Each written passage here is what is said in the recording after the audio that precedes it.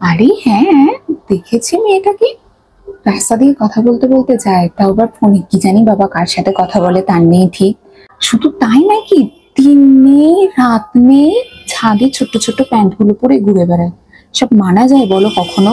বলিহারি বাবা ওর বাবা মাকেও কিচ্ছু বলে না মেয়েটাকে, কিচ্ছু শাসন পর্যন্ত করে না। যদি আমার মেয়ে হতো না, আমি চর মেরে একদম ঘরে বসিয়ে দিতাম। চত্বর সব, এদের জন্যই তো দুনিয়াটা একেবারে উচ্ছন্নে গেল। এই যে চারিদিকে এত কিছু হয়, দোষ কার থাকে বলো তো দেখি? একটু সত্যি করে ভেবে উত্তর দাও, কার থাকে দোষ?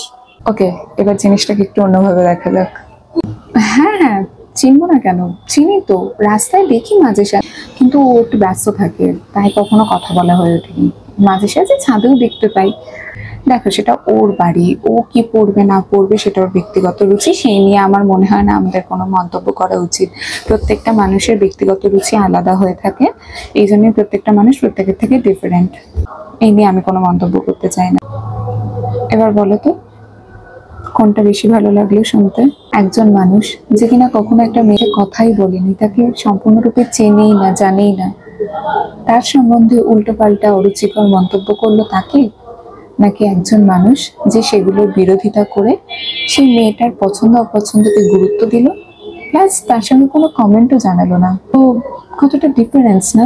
একজন ওপেন মাইন্ডেড তো আর একজন ক্লোজ মাইন্ডেড। তোমাকে ঠিক করতে হবে যে তুমি কোন ধরনের মানুষ হবে। না চিনি অন্যের সম্বন্ধে কমেন্ট করা, কি অন্যদেরকেও সম্মান জানিয়ে তাদের রুচিটাকেও অ্যাকসেপ্ট করে নিজের রুচি নিয়ে নিজে চলবে। That's completely depend upon you. Decide today.